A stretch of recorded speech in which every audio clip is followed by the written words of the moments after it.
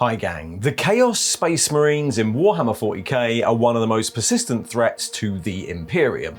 Warbands of heretic Astartes with ancient war gear preying on the worlds of man. But the most ancient and terrifying of all of them are the 9 Traitor Legions, the original legions who sided with Horus during the Heresy, each of which still harry the Imperium in their own way. So in this video, let's run through all 9 of them so that you can choose how best to serve the Dark Gods.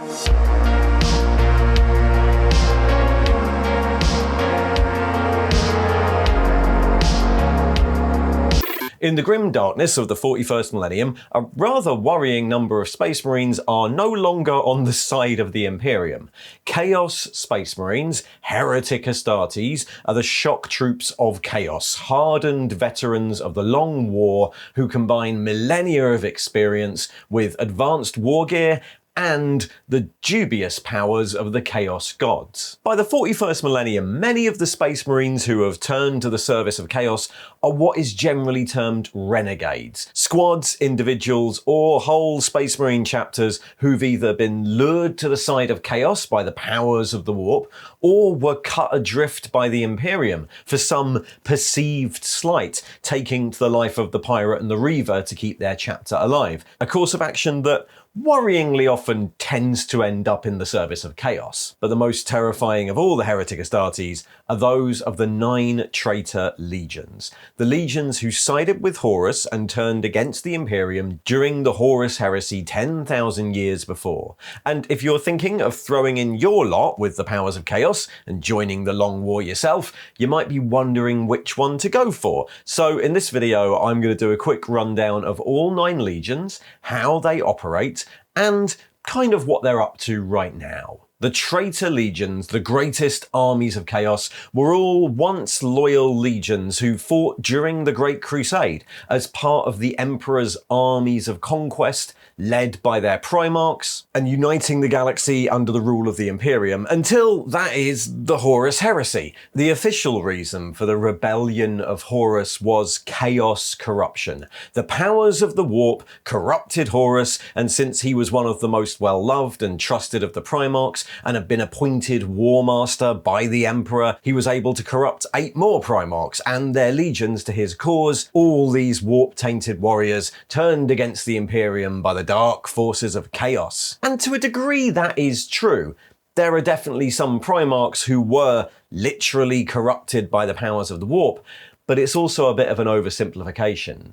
By the end of the 2-century-long Great Crusade, there were many other resentments bubbling under the surface. Some Primarchs disagreed with the Emperor's plans, or never got the time to be fully brought into the fold. Some of the legions saw themselves as slighted and sidelined, always given the thankless jobs, and others wondered if there was even a place for them in this new empire they were building. There were many reasons why the Astartes and their Primarchs either decided to turn against the Emperor or were more open to the suggestions of Horus. But by the end of the Heresy, with the defeat of Horus by the Emperor, the traitor forces were in bad shape. Some had, for one reason or another, fully fallen under the spell of the Chaos powers, corrupted beyond recognition in the service of their patron. Others had barely changed, still fighting as the legion they once were.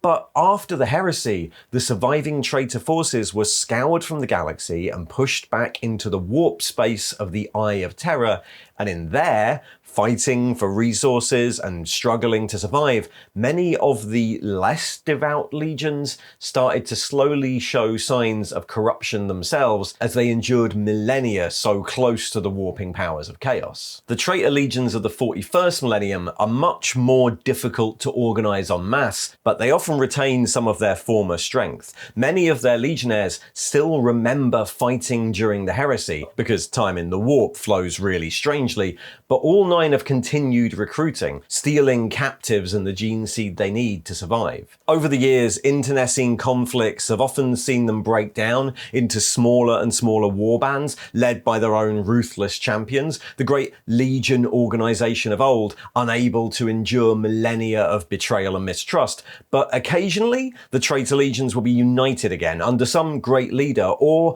when one of their now demon Primarchs decides to launch an invasion of real space, and the Imperium will once again be ravaged by war fleets of Astartes not seen for 10,000 years. Each of these 9 legions had different ways of prosecuting their wars back in the days of the Great Crusade, and after 10,000 years of Chaos influence, that's still true, though some are more recognisable than others. The World Eaters are a legion of berserkers, raging butchers dedicated to the chaos power Khorne, the incarnation of rage and bloodlust. Originally the assault troops of the Great Crusade, their Primarch Angron was one of the first to side with Horus in the Heresy. Angron, a gladiator from the planet of Nuceria, was a broken Primarch. He'd been brutally implanted with a device, the Butcher's Nails, that heightened aggression at the expense of draining the pleasure from everything else, until the victim could only find peace in combat. He had no interest in being a general, saw the Emperor as just another tyrant, and his legion followed him along the same path,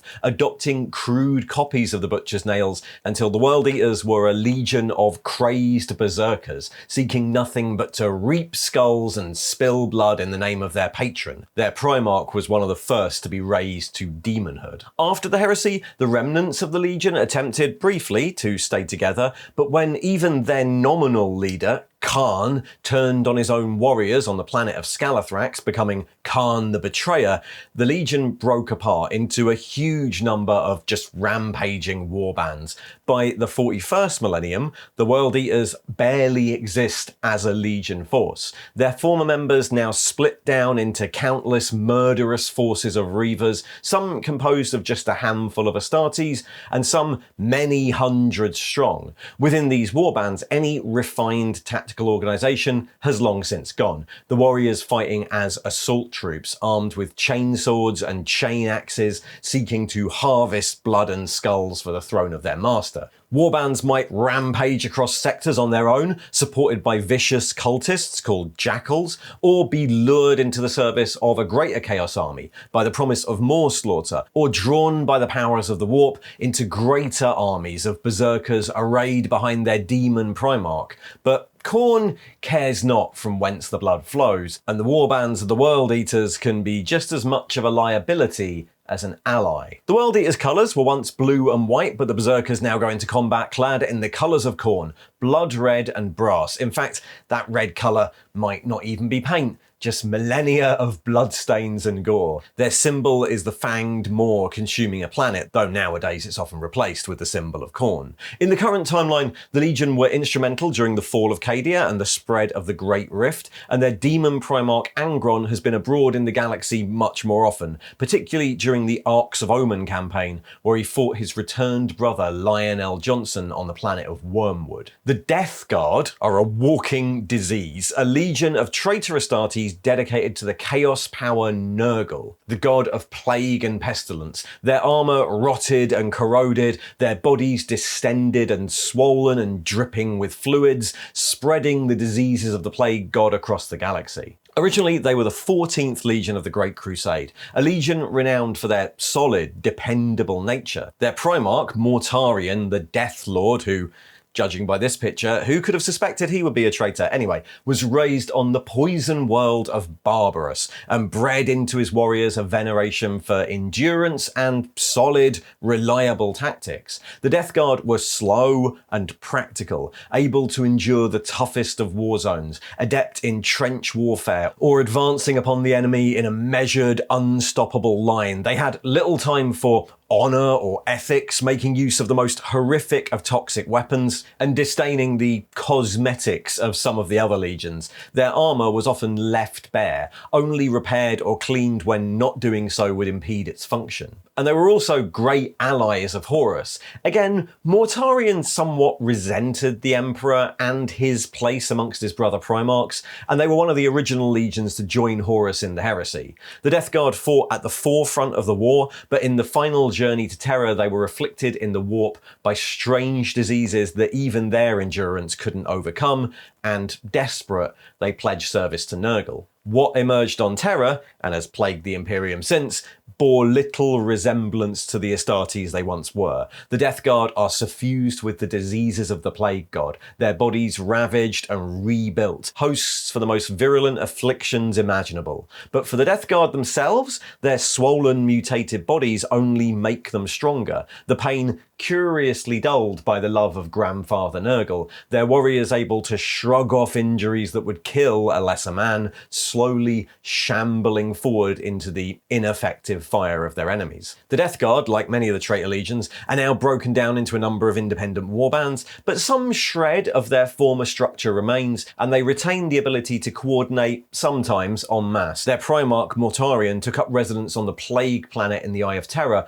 but often ventures out into the wider galaxy. The Death Guard once wore unpainted ceramite with green trim, their symbol a circled skull, but their armour is now a corroded mess of black, green and bone, corrupted with moulds and rust, and frequently marked with a variant of the symbol of Nurgle.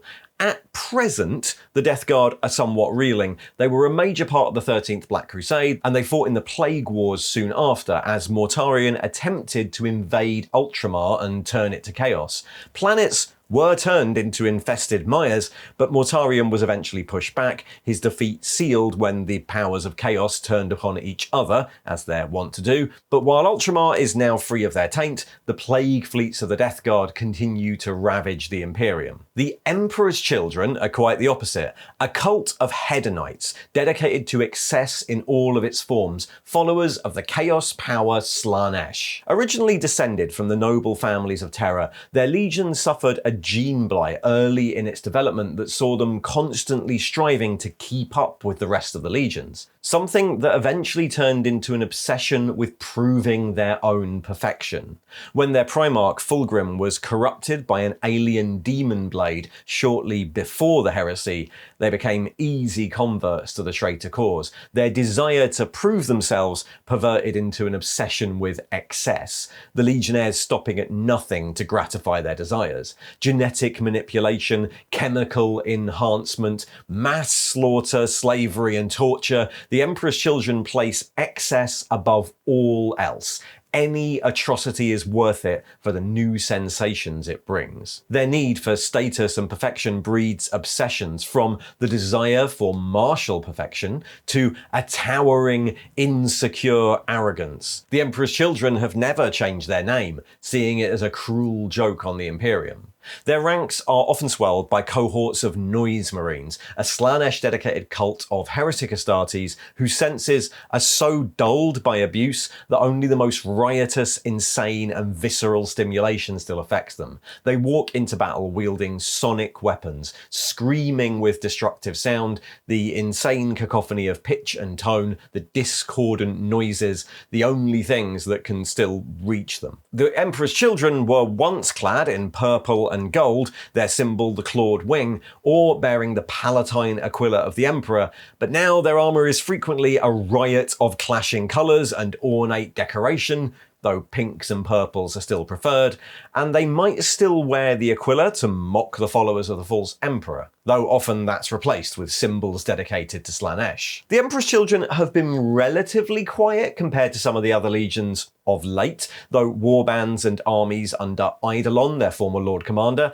and Lucius the Eternal continue to plague the Imperium, but there are rumours of their Primarch Fulgrim preparing to return to the galaxy. All three of those legions were amongst the first converts to the side of Horus, but the story of the Thousand Sons is a bit more tragic. The Thousand Sons are a legion of sorcerers, their ranks composed of silent automatons, the vast majority of their legion reduced to a handful of dust inside a sealed suit of armour, and their fall to the chaos-powered Tzeentch is a tale of betrayal and deception, just as Tzeentch planned. The Thousand Sons were always a psychic legion, their Primarch, Magnus the Red, a sorcerer of great power, who believed that humanity should embrace its psychic gifts, though eventually that was restricted by the Emperor. When Magnus found out about the Horus Heresy and attempted to use a great spell to warn the Emperor, he unknowingly destroyed the Emperor's laboratory and risked letting a horde of demons overwhelm Terra,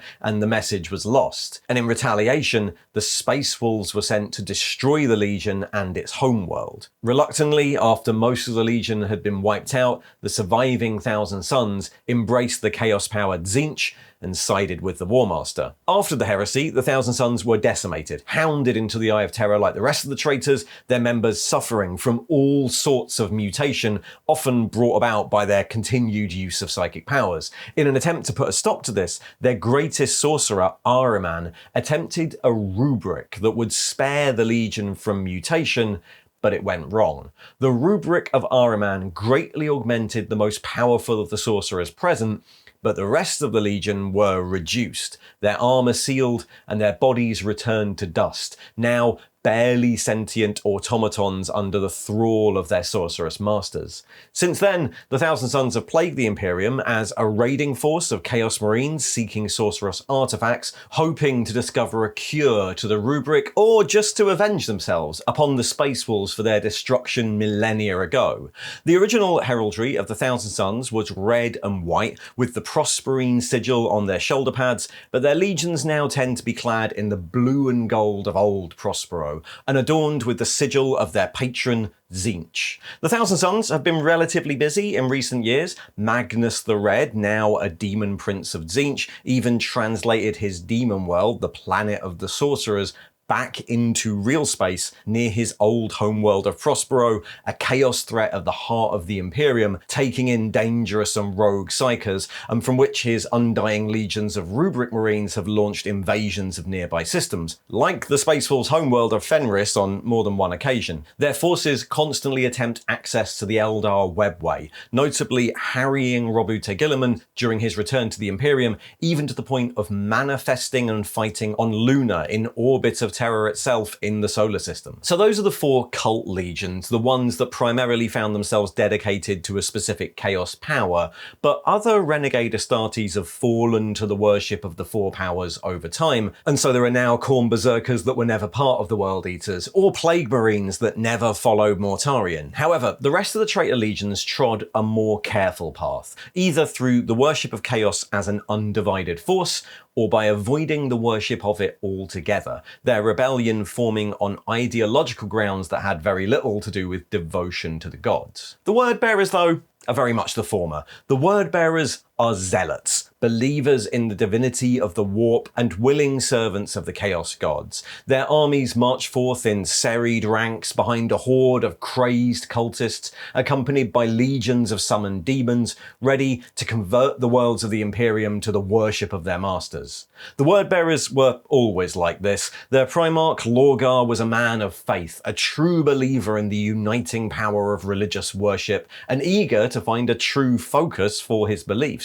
For a long time, he thought this was the Emperor and converted planets to the worship of the Emperor as a god. But when he was rebuked and humiliated by the Emperor for this, he secretly turned to older entities, and his legion were the first to start to worship the powers of chaos as their new gods. It was the word bearers who largely engineered the Horus Heresy, exposing Horus to the corrupting power of the warp, raising warp storms to contain the loyalist armies, and creating the first possessed Marines, willingly giving over their bodies to possession by demons. Though their Primarch went into seclusion after the Heresy, they remain one of the better organised legions in the 41st millennium. Their ruling council of dark apostles and chaplains sponsor heretical cults across the Imperium, weakening it from within, and their war fleets embark on crusades to burn and conquer Imperial worlds in the name of their dark gods. The word bearers worship chaos as an undivided force, seeing all the powers as a pantheon,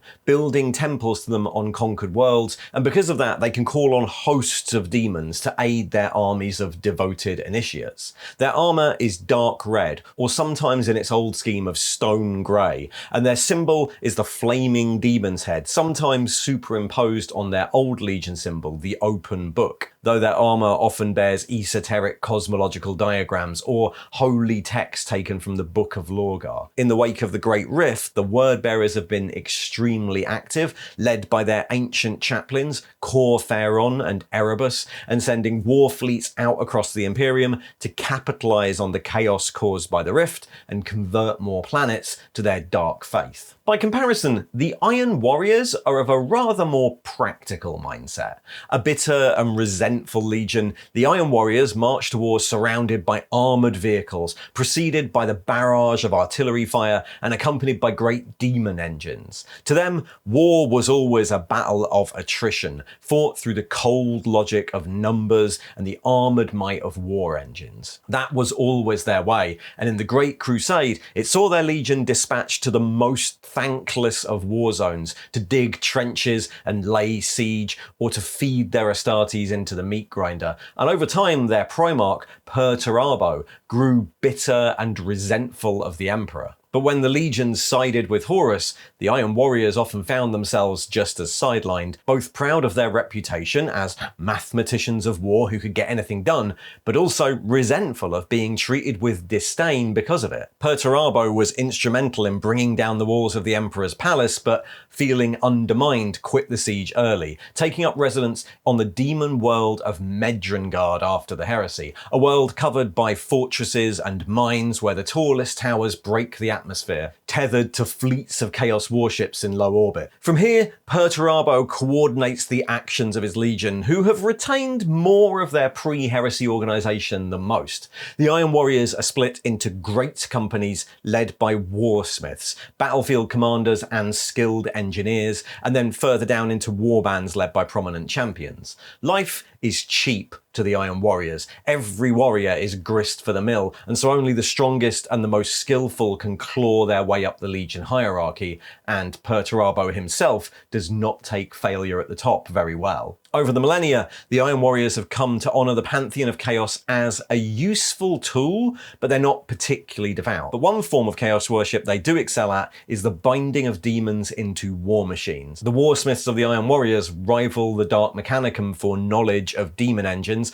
and their armies are often accompanied by hordes of warp-enhanced constructions and possessed vehicles. The Iron Warriors' symbol and colours are unchanged since their founding. Armour of bare gunmetal and adorned with practical markings, often yellow and black chevrons, and studded with the iron skull of the Legion. In the wake of the Great Rift, Perturabo has sent numerous war fleets out from Medrengard to assault real space, laying siege to a number of heavily fortified Imperial worlds and attempting to form a power base in the Imperium. Vast supply chains of troops, artillery and vehicles flowing out from Medrengard across the Imperium. The Night Lords are a legion of sadistic murderers and psychopaths, masters in the art of sowing fear and terror in order to achieve their aims. Their assaults are presaged by blackouts and failures of communication, brutal atrocities designed to force a population to capitulate, and haunted shapes lurking in the darkness before hordes of raptors descend from above to slaughter the inhabitants. Originating from a world of perpetual night, the 8th Legion were always the terror troops of the Great Crusade. Their Primarch, Conrad Kurz, known as the Night Haunter, obsessed with retribution and justice. But even before the outbreak of the Heresy, their excesses had gone too far, fueled by their homeworld sending only the most debased and murderous of new recruits, and the Emperor was on the verge of censuring them. They were renegades in all but name, and easy converts to the side of Horus, but they were always unreliable allies, content to avenge themselves against their old enemies, the Dark Angels, inflicting their own terrors on unwary systems in their path for amusement and distraction. The Night Haunter himself disowned his legion as criminals and cowards, and after the Heresy, they were quick to split up into separate warbands with no central control. The Night Lords of the 41st millennium are little better. Pirates and raiders, their tactics have always been based on terror, and though they hold no great regard for the Chaos Gods, that doesn't mean they haven't been changed by their long exposure to the warp.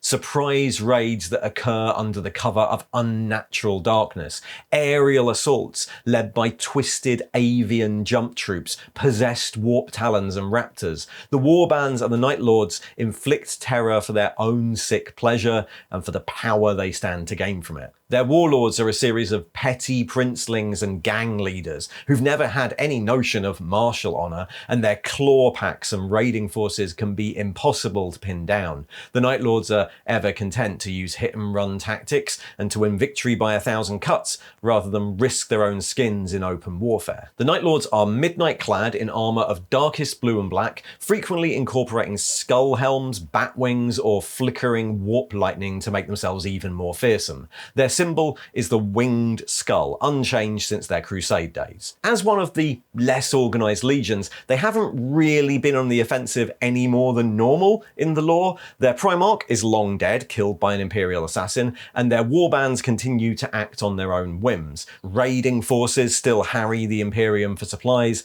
and the lack of Imperial authority on the far side of the Rift makes for easy pickings, but the Night Lords are continuing to, be Night Lords. And if they're hard to catch, the Alpha Legion are even more difficult to pin down. Infiltrators and saboteurs, the Alpha Legion are akin to a Hydra, their assaults coming from multiple angles at once, misdirecting the defenders and leaving them confused and reeling, while cells of specialist operatives suddenly activate, springing into action, coordinating to achieve whatever mysterious aims they had. The Alpha Legion were the last legion to be founded, and were often eager to prove themselves, just as capable as the rest, but when the Heresy occurred, the Alpha Legion's Primarchs, Alfarius and Amigon, trod a middle path, fighting the Imperium, eager to test their skills against their brother legions, but also seeking to steer the war towards their own mysterious goals. Since the end of the Heresy, their missions, numbers, operations and whereabouts are shrouded in an impenetrable layer of mystery. The Legion split into cells and cells of cells. In fact, the habitual lies and deception the Legion have wound themselves in have, in some cases, begun their undoing. One cell no longer aware of the actions of any others. In the 41st millennium, Alpha Legion cells are the bane of many Imperial sectors, hiding in the open void, operating from deep within the Imperium itself, and coordinating vast networks of spies, infiltrators, and cultists to act on their behalf. Often whole worlds will be destabilized. Wars began by two sides who both think they're in the right, both fighting for the Emperor, but both secretly controlled by Alpha Legion operatives. The Legion playing the conflict until the confusion allows them to achieve their goals. Appropriately, the symbol of the Alpha Legion is the Hydra, and their armour tends to be blue, but that could range from almost green to almost purple depending on the cell. They've even been known to pose as other legions in order to better infiltrate the Imperium. In the current timeline, they continue much as they always have done. Their Primarchs haven't been seen in an age, so much that many of their cells have no idea where they might be. But the Alpha Legion never needed central command anyway, and their schemes and plots continue to play out across both sides of the Rift. And finally, we have the most recent Traitor Legion, the one formed from the ashes of the Heresy itself. The Black Legion was formed in the wake of the Legionary Wars in the Eye of Terror after the Horus Heresy. After the death of Horus, the 9 legions who turned against the Emperor were scoured from the galaxy by the avenging Imperial forces, many of whom were fresh to the fight and outnumbered them. With many of their Primarchs turned to demon princes, disappeared or killed, the legions were headless, many dissolving into competing warbands, pushed back into the Eye of Terror, and left to fight for resources within its boundary, or to exact vengeance on their former comrades for all sorts of slights. And the legion that were most often the target of this were the Sons of Horus. The 16th Legion, the Legion of Horus himself, was seen as the instigators of this failed rebellion, the reason that the rest of the traitors were in this mess, and many warbands hunted them through the eye, seeking retribution for their newfound state. Within a few hundred years, the Sons of Horus were on the verge of being wiped out as the directionless forces of chaos consumed themselves in warp space. They needed direction, and it was the former first captain of the Sons of Horus, the second in command to Horus himself, Ezekiel Abaddon, who gave them purpose. Over hundreds of years, Abaddon brought together the survivors of the Heresy War. Many were ex-Sons of Horus legionnaires, but many weren't, and he formed them into a new legion, a Black Legion. Over time, they consolidated their power, Abaddon fighting many of the other Chaos factions until their leaders were dead and their warriors pledged to his service, creating pacts with the demonic inhabitants of the Warp, and then launching invasions and raids out of the Eye and into real space, known to the Imperium as the 13 Black Crusades, that, after thousands of years, culminated in the destruction of Cadia and the spread of the Great Rift across the galaxy. By the 41st millennium, the Black Legion are the largest and most well-organized of all the Traitor Legions, and their forces are engaged on a number of fronts across the galaxy. Their numbers include ancient veterans of the Heresy and more recent renegades alike, since any who swear fealty to Abaddon can join. The Legion itself honours Chaos Undivided, though specific warbands might have their own allegiance. The Black Legion numbers within it sorcerers leading silent hosts of rubric marines, or brutal warlords heading packs of Khorne berserkers, their armour all repainted black and gold in honour of their new allegiance. Abaddon himself has played the four gods of chaos off against each other for 10,000 years,